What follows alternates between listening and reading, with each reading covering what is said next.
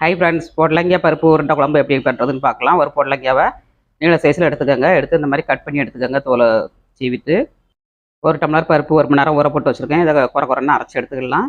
அரைச்சி எடுத்தாச்சு. தண்ணி எதுவும் ஆட் பண்ணாதீங்க. வெங்காயம், பச்சை மிளகாய், இஞ்சி, கருவேப்பிலைங்க, மல்லித்தழை, உப்பு எல்லாம் போட்டு நல்லா பிசைஞ்சு இந்த மாதிரி பொடலங்காய்க்குள்ளே வச்சு நம்ம ஸ்டெப்பிங் பண்ணி பண்ணோம்னா நம்மளுக்கு வெளியில் உருந்தே போகாதுங்க. இது கொஞ்சம் தேங்காயும் சோம்பும் அரைச்சி எடுத்துக்கலாம். மசாலாவுக்கு ஒரு தக்காளி அரைச்சி எடுத்துருக்கேன்.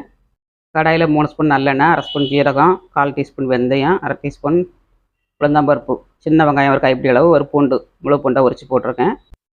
மஞ்சள் தூள், குழம்பு மிளகாத்தூள் 4 ஸ்பூன், அப்புறமா தேங்காய் எல்லாத்தையும் நல்லா ஃப்ரை பண்ணிவிட்டு புளியை கரைச்சி ஊற்றி கொதிக்க விட்டு நம்ம போட்டுக்கிட்டுங்க. உப்பு ஆட் பண்ணியாச்சு.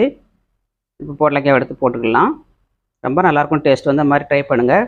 வீடியோ ஃப்ரெண்ட்ஸ் அண்ட் ஃபேமிலிக்கு ஷேர் பண்ணிவிடுங்க. லைக் பண்ணுங்கள், சப்போர்ட் பண்ணுங்கள் எங்கள் சேனலுக்கு. மீண்டும் வீடியோவில் சந்திப்போம். பாய்.